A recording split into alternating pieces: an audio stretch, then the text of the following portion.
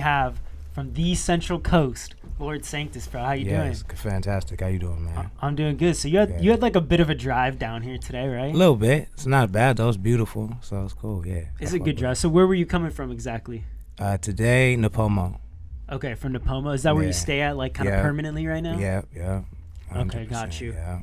And so a big reason why I want to have you on here is like, because really last we talked was like, man, right when the pandemic started. For real, yeah. And you guys have been super fucking busy up there man. with the Connect the Coast team. Like, you guys have been doing a lot this past summer, have been going crazy, like really doing a lot of like awesome, meaningful work.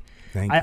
I just want to start with that stuff. Like, right when the George Floyd murder happened and everything starts coming around, and like I know that down here the BLM protests were really popping, but I feel like up where you guys were, like it seemed to be like a much more impactful movement.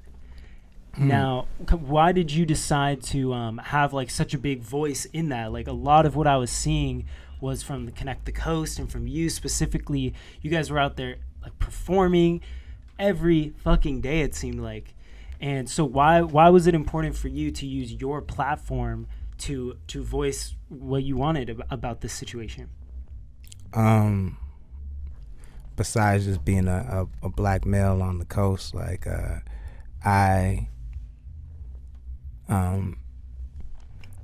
as I've been building my media platform, I've learned that like framing is everything.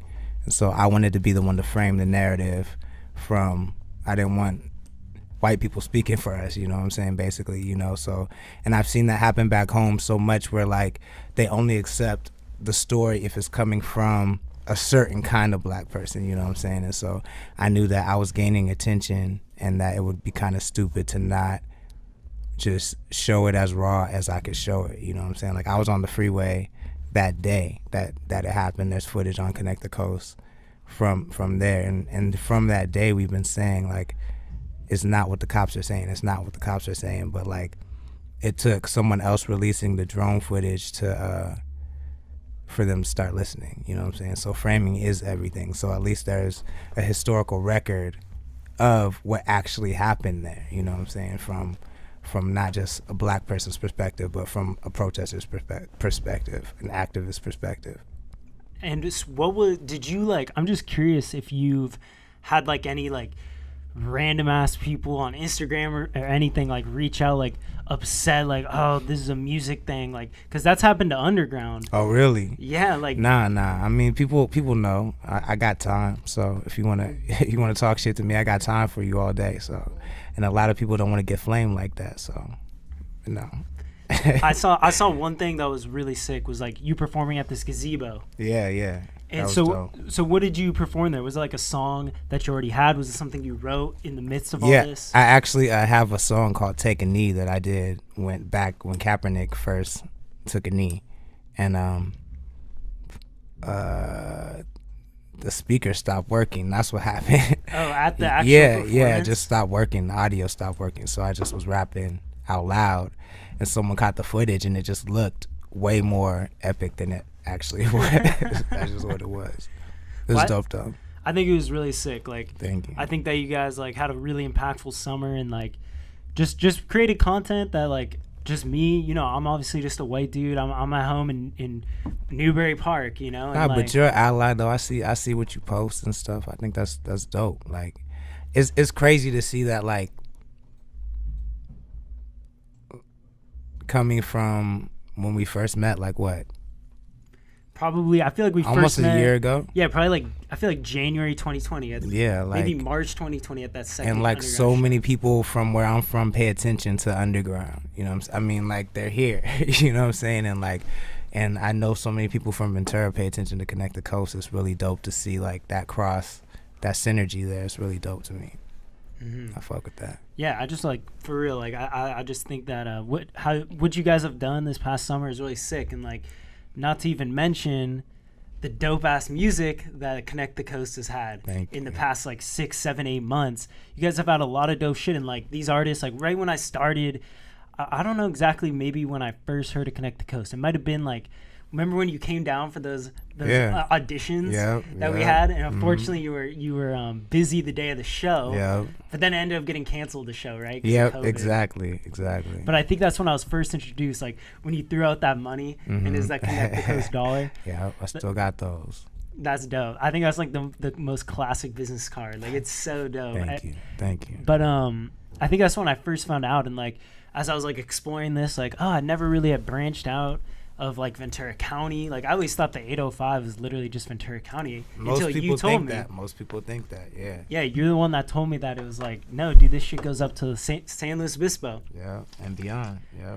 And as I'm like starting to get introduced to the artists that you put on, Shorty Doo-Wop, Central Coast Gia, D-Banks, like these are people that, you know, the biggest thing that like I always get annoyed at when I'm just like get introduced to new artists and just put in like time and energy into like looking them up and listening to music is like then they kind of just like take a break or they kind of just stop falling in love with it. But the artists that you've worked with have really just gone crazy the past like few months. Thank you. That's dope. That's dope to hear.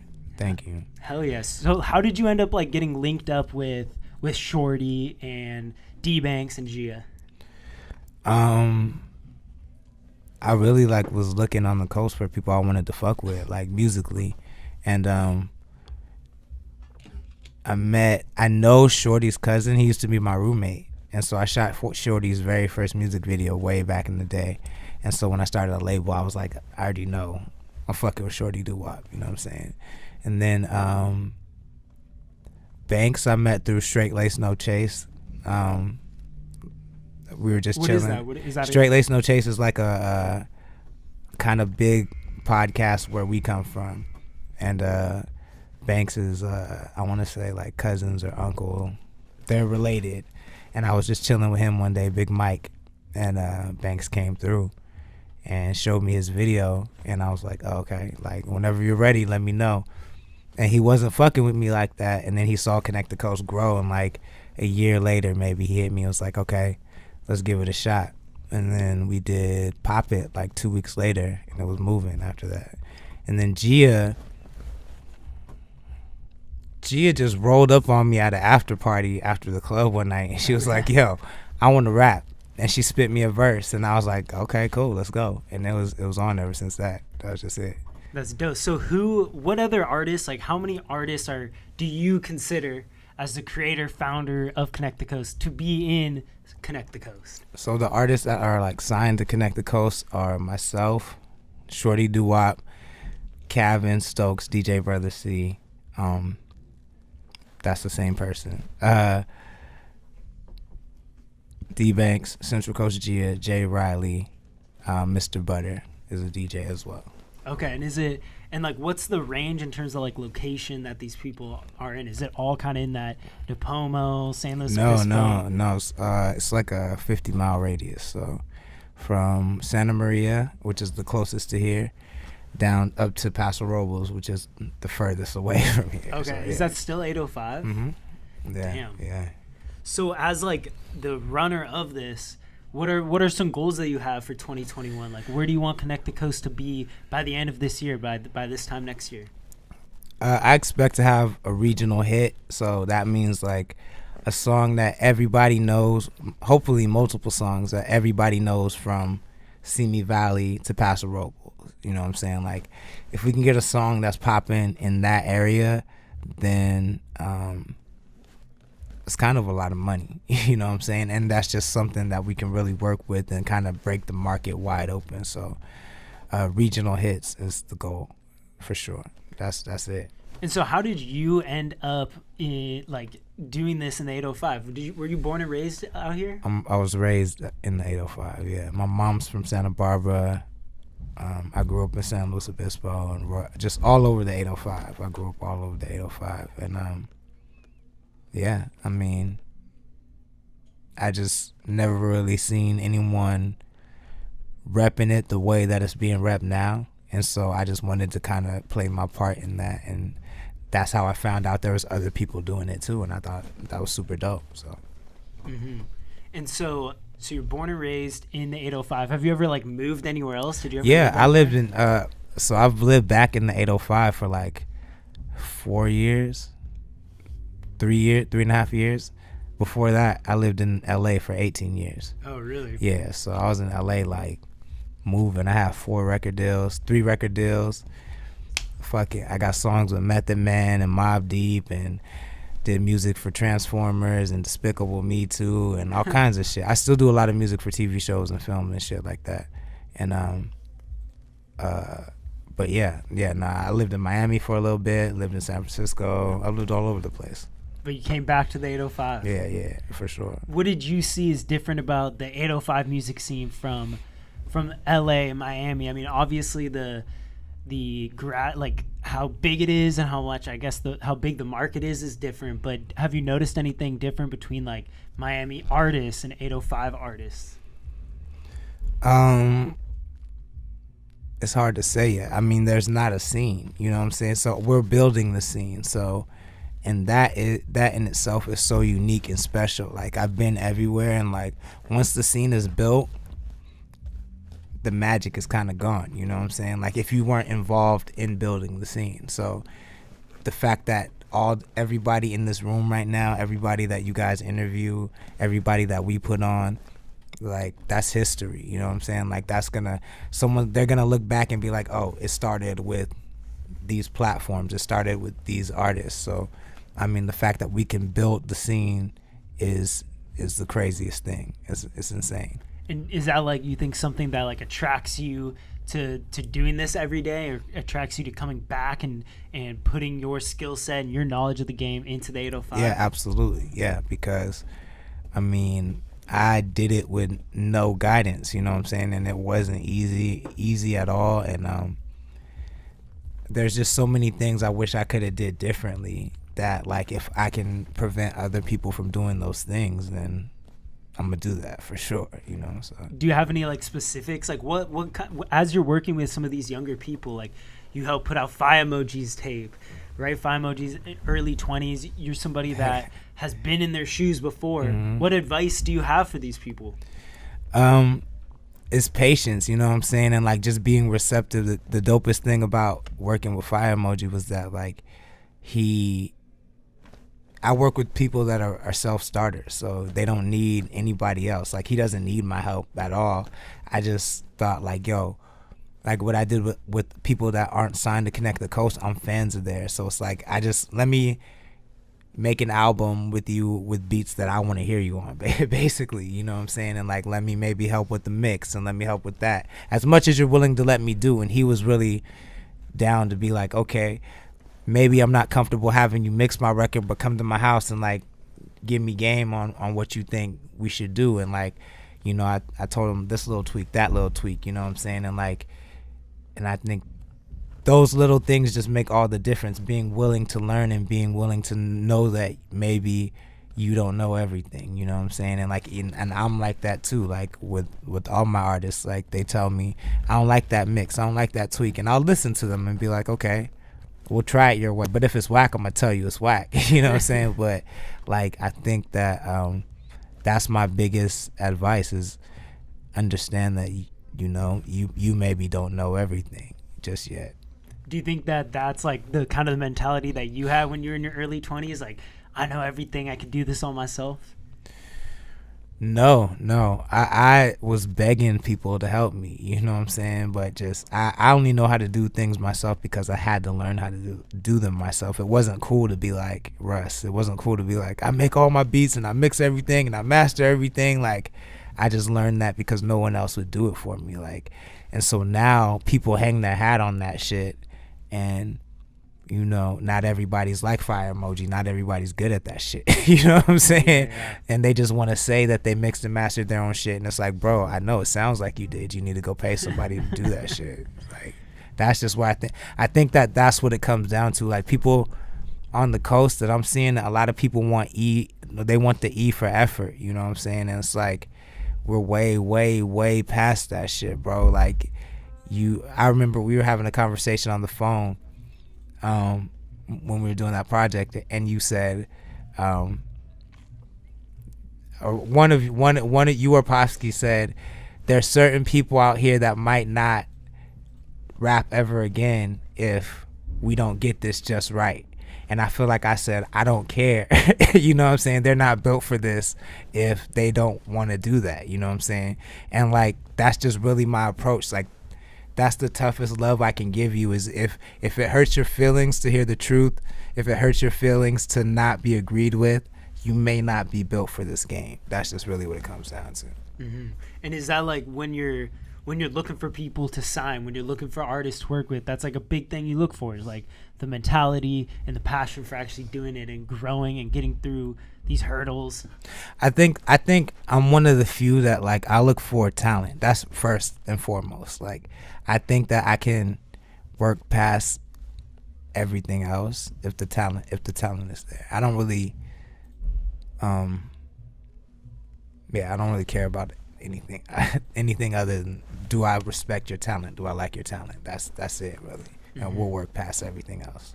So, like, what initially, I'm kind of just curious, like, brought your attention to Fire Emoji, or like, what were you initially attracted to him on, and why were you like, this is somebody that I want to fucking work with? It was Big Drip, yo. You know, the like when you got swag, you recognize somebody else that has swag. That's just like, it's like a radar. You feel what I'm saying? And you're like, oh shit, that nigga got swag. And like, then I heard the music and I was like, okay, he's in his own lane. He's doing his own sound. I don't hear to anybody else that sounds like that. You know what I'm saying? I don't see nobody else that looks like that. Those are special things. Like, that's what we need out here, is our own sound, our own language, our own culture. Like, we're not gonna win trying to be like the Bay. We're not gonna win trying to be like LA. We're not gonna win trying to be like anything else. So I look for people that stand out to me, that have the ability to compete in those lanes, but maybe aren't necessarily doing exactly what I see out there already. So I feel you. Yeah, I was talking to Famoji earlier, and like, there's like nobody that is in this kid's lane for real. Agreed. He's starting a new trend out here in the 805, man. It's lit to see, and it's cool that we were both able to like put our own piece into it and try to. I feel like that something about Voodoo, when like I heard Kenny Lockett through you guys, and that's literally one of my favorite records. Just, I listen to that shit all the time just because I love that song. Like, he has the same kind of swag. Like, I know he just is. Frankie, they're all on their own thing. They're dope. Like, I like what's going on out here for sure. Hell yeah. Lil Voodoo is like somebody that, he's like seriously just one of my favorite rappers in general, not just 805 rappers. It's a kid you need to check out named Young K-Swish. Fucking cold, bro. Okay. Nigga is cold. Super cold, bro. Is he like Lil Voodoo vibes? He's on his own thing, bro. He's like the Coast Lil Baby. So he got flows kind of like that, kinda. It's just, he's on his own thing, but he's just really, really dope. Like, he could rap his fucking ass off. It's crazy. Damn. I don't know if you've seen, because they haven't really posted much about it, but they're dropping a 4K tape. Like, 4K is the kind of like collective that Frankie, Voodoo, kind of that like little young squad. I didn't know what that stood for. All right. That's just like their collective, I guess. That's and dope. They're dropping a tape, and like, I'm actually going to be doing a little like narration on it. That's hard. You know we going to do, we got the radio station, Connect the Coast Radio. We'll do a listening and a review for that shit for sure. Hell yeah. So, like, as somebody that's like, obviously you run this label, you're an artist yourself, but a huge part of what you do too is like content creation. Like, you run this super active Instagram. Like, how did you decide that you wanted to be the one that did this? Like, did you kind of always, as Instagram kind of came up, just kind of had a knack for using social media? Yeah. So I was like, I was one of the first rappers on like Ustream ever. Like, I met the CEO of Ustream. He told me that, like, before Soulja Boy and shit like that. Like, I don't even know what that is. Ustream was like, streaming comes from Ustream. It's like all the live streaming on YouTube, all that shit. It used to be a website called Ustream TV, and that technology brought us streaming and shit like that. And Soulja Boy actually popped off on that platform before YouTube. And I just always have paid attention to technology. And but Connect the Coast came just because I was nosy, man. I wanted to know what was going on. At the time I was learning how to shoot photos and shoot videos, and I would go to the clubs and take pictures, and I was like, I need a place to put these pictures. And so I made an Instagram, and fucking. And was it always like as you created the account, the name was Connect the Coast? Just it kind of all happened at once. Yeah. And it's just been Connect the Coast, and then I knew I wanted to make a label, and I just was like, I'm gonna just put everything under this umbrella. You know what I'm saying? People seem to be resonating with the name, and yeah, I really enjoy building the platform. I enjoy discovery, like finding out who's new, who got the most swag in the area, who's the best photographer, who's the best videographer, who's the best whatever. Like, I love all that, and I want to be a resource for other people to find those things too, and that's been working and happening as well, which is dope. Yeah, because an important thing that you do too is like, it's not just artists. Like, you do the Connect the Coast Awards, and you do everything from models to photographers, right? There's a lot of different things. Like, is it tiring to just keep up with the whole scene like that? Nah, because like I said, I love it. I really enjoy knowing who's who and seeing the scene develop, and people really making their effort to carve out their own little lanes. Like, Jamie, is that her name? Like, what she's doing with E-Rock and those people out, that's like their own little lane and their own sound. And then like you have us up north, and then you have people like the people that College Cato fuck with. They sound like way different, and like there's just a lot of, you can kind of see where, oh shit, they're over here, and it's really dope. So I just enjoy seeing that. And it's cool too, like, I don't know if you even realize, but like that, you like that scene, right, where you said like there's kind of that G-Funk scene, then there's kind of that College Cato scene, like that's like very split, like even location wise. Like that kind of G-Funk Jamie scene is really like Oxnard based. Like Oxnard really is where that kind of like old school, just dope hip hop comes out of. Gotcha. And then kind of that newer, I feel like College Cato vibe comes out of like Ventura. Interesting. And then kind of like as you go closer kind of to where I live, like the Thousand Oaks, Newbury Park, Westlake area, I feel like that's where you get like the 17-year-old Lil Voodoos. Like just kind of like kids. Is like that where he's from? Yeah, Thousand Oaks. Okay. And I mean, y'all got something in the water out there, because Tuesdays is ridiculous. Like, super underrated. He's ridiculous. Right? And then his homie, like Flowhead or whatever. It's Rahul. Rahul, I'm sorry. Yeah, that guy is insane. He's like my favorite artist, period. Like, he's ridiculous. He's crazy. And like the music videos that they make too, aren't those insane, bro? Yeah, it's a lot of talent on the coast, for sure. Hell yeah. So in terms of like Connect the Coast moving forward in the next few months, like, can we expect more projects out of some of these artists? Oh, some God, singles, music videos? Oh yeah. Fucking Gia's album is like, oh shit, is that coming soon? In the spring. It's incredible. Like, it's crazy. Like, it's gonna fuck everybody up. There's no question about it. Then the DJ Brother C, like, it's crazy. Like, I used to go to church with him way back in the day. He used to play drums at my church when I was little, and he's like way older than all of us. And he used to sing at my church, and so when I moved back, I knew he had crazy vocals. And part of my thing that I wanted to try was hip hop is like turning 40, and so this is kind of the first time that there's an older hip hop generation, you know what I'm saying? And I feel like that's an underserviced lane. So I was like, as I get older, I make music for people my age. If people younger than me like it, that's cool, but I make music for people my age. Like, I wanted an R&B singer like that too, and he used to sing with Jodeci back in the day. So he likes that kind of music, Jodeci, Genuine, like that R&B, late 90s R&B type shit. And so it took me 2 years to talk him to get in the studio, and he finally was like, I want to get in the studio, because he knew Gia before she rapped, and he saw that, oh, people are really fucking with her, and it's like not a game, you know what I'm saying? He's like, oh, I want to do that too. So we got in the studio this last 6 months, and we've been making this like 90s like Bobby Brown, Jodeci type record that is just so fucking crazy that like he's about to fuck up the coast too. It like fits right in there with the Anderson Paaks and the crazy. It's like right in that lane, but more Bobby Brown, more like soul R&B, you know what I'm saying? So I'm excited about his project. I'm pretty much from here on out only going to be dropping records via NFTs because that's just what I like. I think that's cool.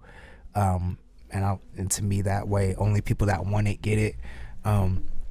So I have a new project coming out with this new artist from Denmark, new 3D artist from Denmark that I'm going to be dropping probably in the summer.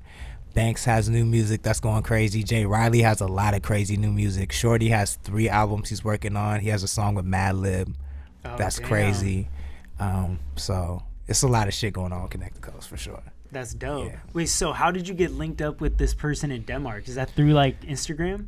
Yeah, just through Instagram. Like ever since I've been buying these NFTs, like a lot of artists have just been reaching out and I've been reaching back, and then I was like, this is what the fuck I want to do. Like I collect mini discs. Like for those that don't know, they're like these little, it's old technology from the 90s that like they were gonna take over CDs. So they're like these mini CDs that are encased in disc and they look really futuristic and weird, and you need a special mini disc player to play them. So I have a bunch of them, and you can kind of re-record them and reuse them as you want to. So you can put whatever you want on them and just reprogram them.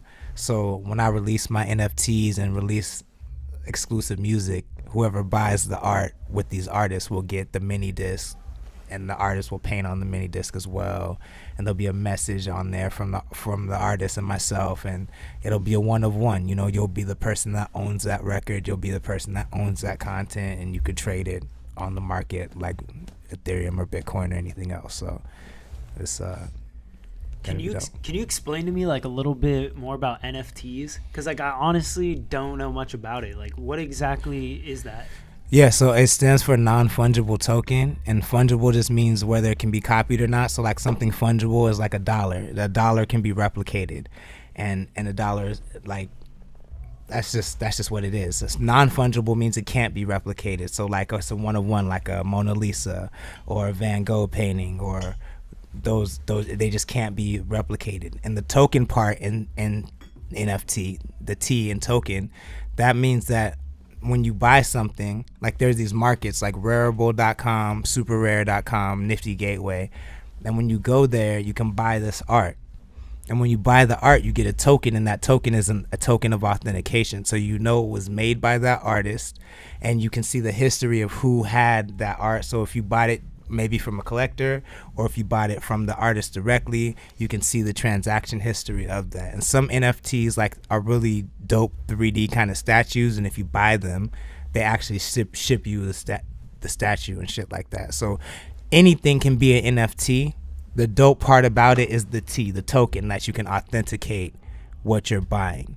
And so that is just going to change the future of things. Is like, I mean, from literally everything from the housing market to the grocery market to everything. But the potential in music is really cool, because you get to see, like, imagine if you came across this Bob Dylan recording and you had a token where you could see the history and you knew that he created it, or a Picasso painting where you knew whose hands it was in, and you knew that it was an original because you can trace the token. That's the era we're in. So with the NFTs, like, there are these artists like Beeple. He's like the Picasso of NFTs right now, and we're seeing him become this in front of our eyes. But also any art of his that you buy can be authenticated with these tokens, and so whoever collects them, you know, oh, that's a real Beeple, that's a real, and it's just the implications are really, really huge for music. So I just want to get in it early. Like I said, I usually do, but I don't make music to be the next, like, I'm not trying to compete with my artists. I'm not trying to compete. I'll rap till I die, because that's the thing I'm good at. That's what I love doing. I just want to release music in cool ways and do cool shit, and that's what I'm doing. But my artists will still be doing regular, normal. You can still get their shit like in regular places, yeah. Okay, so it's like an NFT is like kind of new to the music game? Like, is that, it's new, right? It's new to the technology game. It's a blockchain technology, so it's just another play off of the blockchain. But it's new to the technology game, and it's being used in every space. But it's really, people are making a lot of money right now in the entertainment space, specifically through art and sports. Like, so Top Shot, I think, is an NBA thing that's doing NFTs, and then art is like there's pieces going for just insane amounts of money. Like the other night, people sold something for 3.3 million. It's like it's just going crazy. And so if you like release your music through that, then it's not going to be like on Spotify. It depends. So I can do whatever I want. Like I can release. Let's say there's a song where I'm not sure about it enough, and I can put it on the market and say I'm never gonna release this anywhere else. It's gonna be yours, and that I can do that. Or I can release just the master on and release a master or a mixed version. I can do whatever I want. So you can still put it on Spotify and Apple Music, but it might be smarter. In my mind, it's smarter to put it on the blockchain first to show that you made it, and that. Like, especially for copyright laws, like if you want to show who the creator is, you just follow the blockchain and you can see, you know what I'm saying? So putting things on the blockchain at first is just going to be the smart way to go, regardless. Mm-hmm. If it's any kind of intellectual property, whether it's movies, books, whatever, because it can be authenticated that you created it. So like learning like these things like copyright laws and like obviously running a record label, there's a lot of just like I'm sure paperwork and just kind of things that need to be done to get things released right. I know that you had music that was like out on the Ellen Show, right? Mm-hmm. Like where did you kind of learn the music game? Was it just through your own personal experience? Did you have like a mentor? Nah, like I really took lumps, you know what I'm saying? Like the first movie I got music in was Step Up 2, but because I didn't know anything about publishing or no, actually Stomp the Yard was the first one, and then Step Up 2. And I just assumed like, oh, they paid me a check, and so, my royalties are just going to start coming in. And it's like, no, you got to sign up with BMI. So I signed up with BMI. Then I get my music in another movie. And so, okay, I'm signed up with BMI, and I just got another TV show. Where are my royalties? Oh, no, you need to actually have a publishing company. So I get a publishing company, but then you don't register the songs right. So you have to go through all these missteps to learn that, oh, did the TV show submit the cue sheets? Because if they didn't do their side of it, you're not going to get your royalties. And like they're like, my homegirl, Angela Johnson, she's a comedian. Her very first comedy special, I did the theme song for it. And like, because I didn't know about cue sheets, I was supposed to ask the production company, did you submit the cue sheets? You know what I'm saying? And like, because I never asked, they never did it. I never got any. That's my fault. That's not anyone else's fault. But you have to learn those things before, before you have to just go through those things. You know what I'm saying? If you don't have a mentor, and I didn't have a mentor, and I want to be people's mentors. And I also just want people to know, like, it's not always sweet. Like, don't let people fool you when they post, oh, I'm in this, or I got music in this. Is ask them. I mean, don't ask them. Don't try to shame them. But like let me see those cue sheets, understand that if they don't own publishing on those records, that means absolutely nothing. You know what I'm saying? Like when you hear these rappers say own your publishing, own your masters, they're not fucking lying. That's everything. That's where the money comes from. And so you were saying you want to be a mentor for artists that are on your label, for artists that come to you. Is this kind of like a thing that you provide for them? Like it's really the only thing I provide, to be real, because I don't have money to give advances out or anything like that, like just to be 100% real. So my thing is like, I'm going to make what I can provide is making your journey easier. You know what I'm saying? You're not going to pay for studio time. You're not going to pay for engineers. I have a bunch of film equipment. So if you want me to shoot your video, I'll shoot it. You know what I'm saying? Like maybe you have I'm not Scorsese, so maybe you have bigger visions, and I'll help facilitate that. But I'll make your journey easier. I'll teach you what I know, and I'll connect you with who I'm connected with. You know what I'm saying? Like, there's a comedian I think he's from Oxnard or Ventura. His name's Eric Schwartz, and he tours with Joe Coy and everything.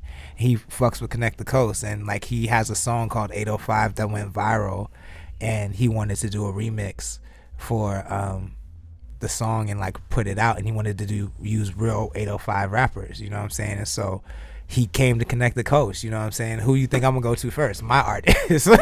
So like those are the benefits of being on Connect the Coast, is like, if it's like my boy Jeremy Jackson, he used to be on Baywatch, this old TV show, and like they're doing a documentary, and they want music for the documentary. who you think I'm gonna use first. Connect the coast music. So it's like I said, I'm gonna give you opportunities as they come my way, and I'm gonna try to just make sure you have as little headaches as you can possibly have. And I'm gonna be the bad guy in situations where you need a bad guy, so you can maintain the relationships that you need to maintain.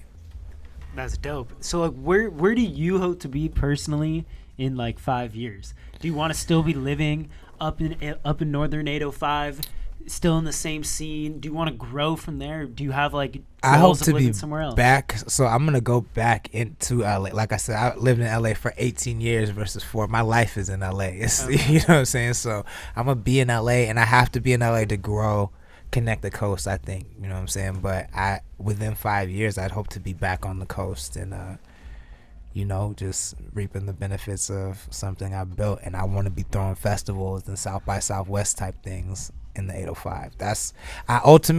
My ultimate goal has always been to make this a complex. Like, I want a complex con in 805. That's what I want. Hell yeah. Like with my celebrity friends on panels and all the fashion lines out here, and just having lit ass parties on the beach and crazy, like, just dope shit, and just turn the 805 up. You know what I'm saying? Like, that's what I really want to do.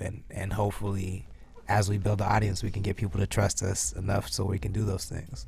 Hopefully we can do something like some crazy festival. That's what the 805 needs, like a really lit festival. Yeah.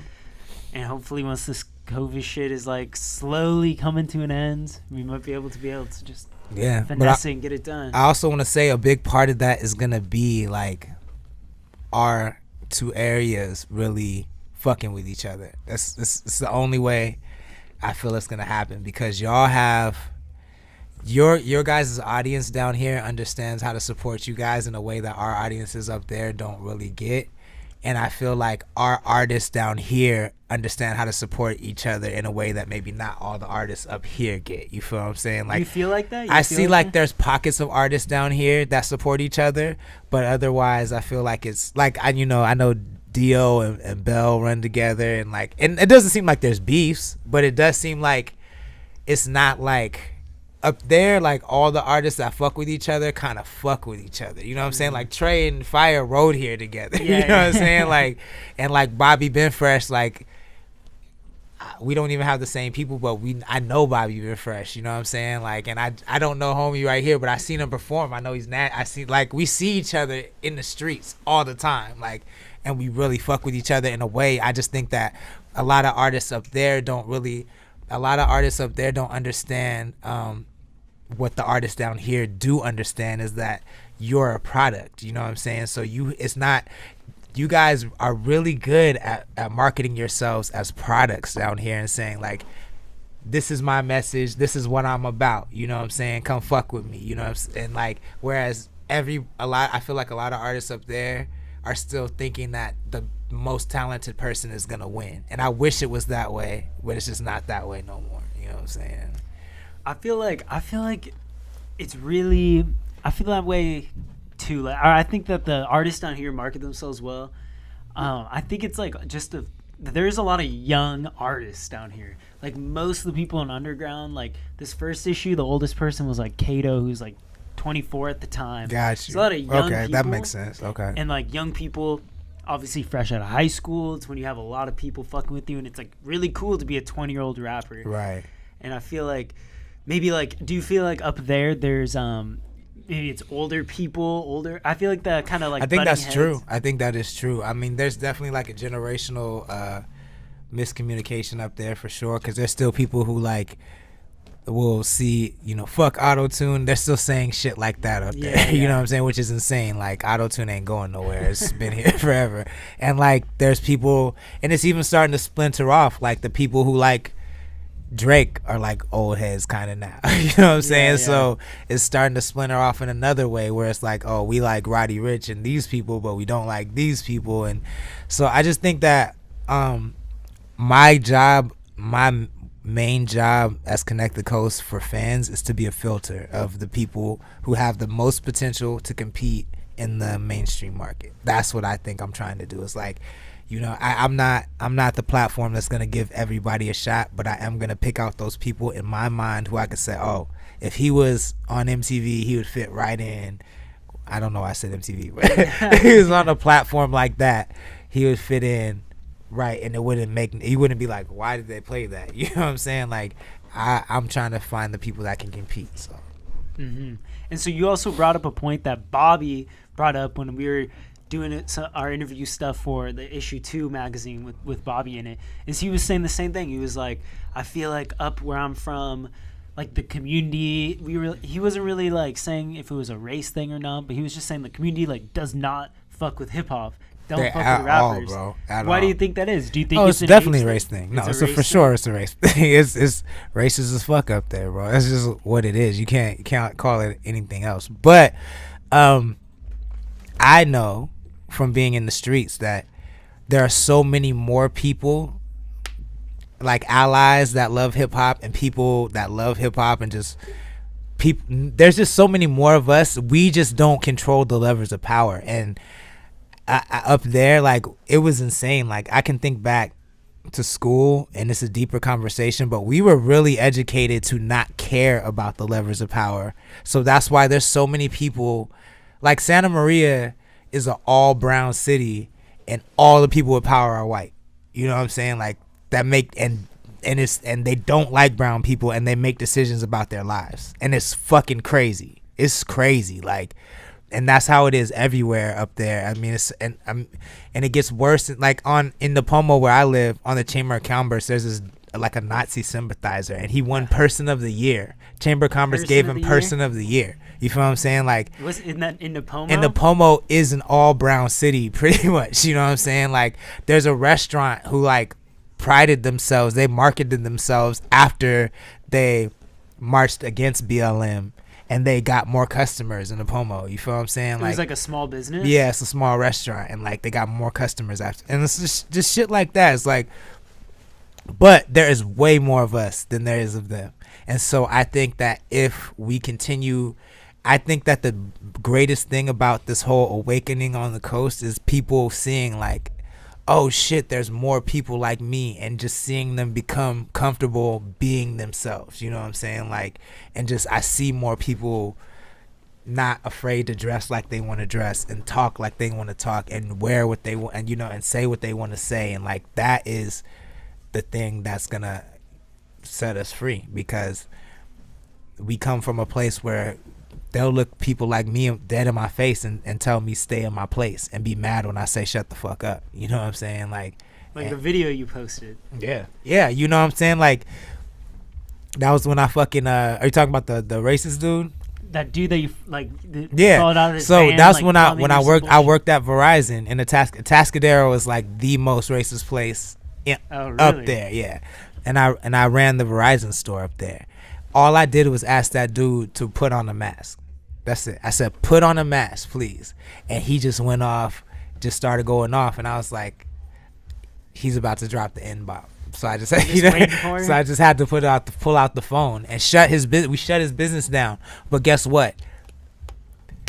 We shut his business down. He cried because he got so many like bad Yelp reviews and stuff.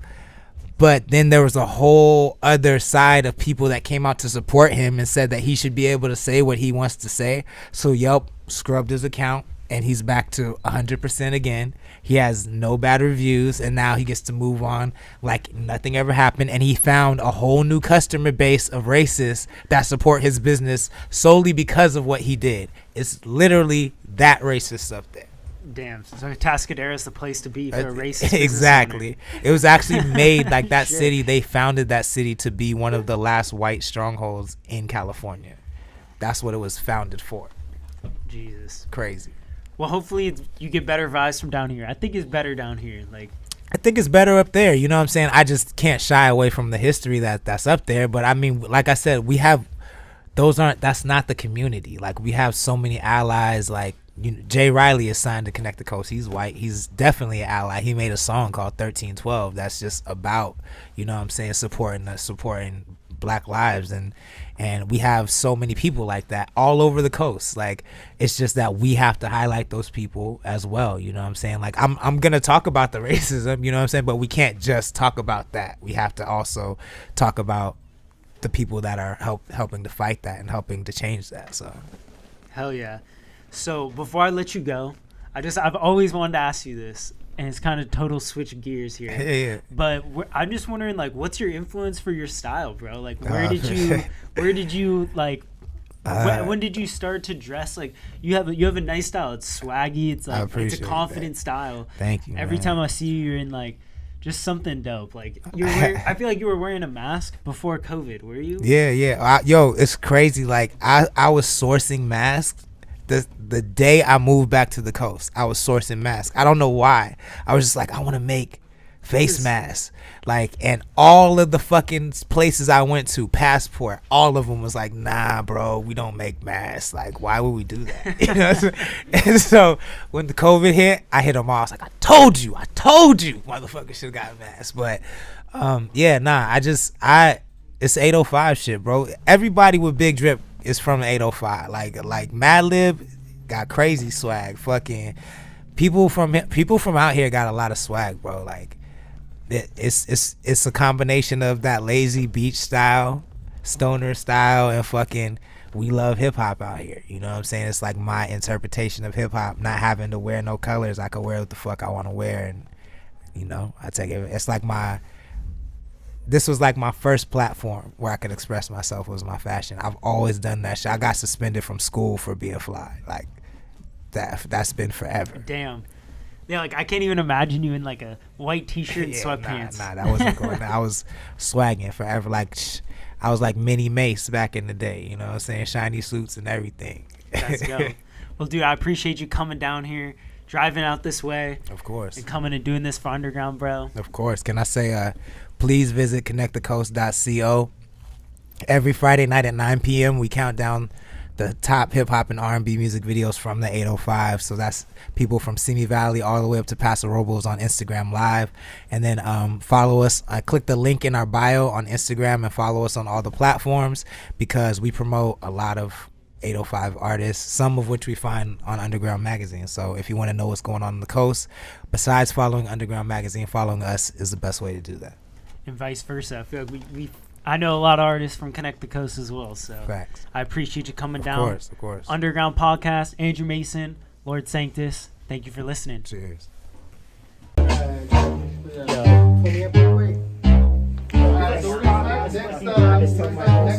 We got just rolled up. It's the Holy Lorde Sanctus. What you talking about? Connect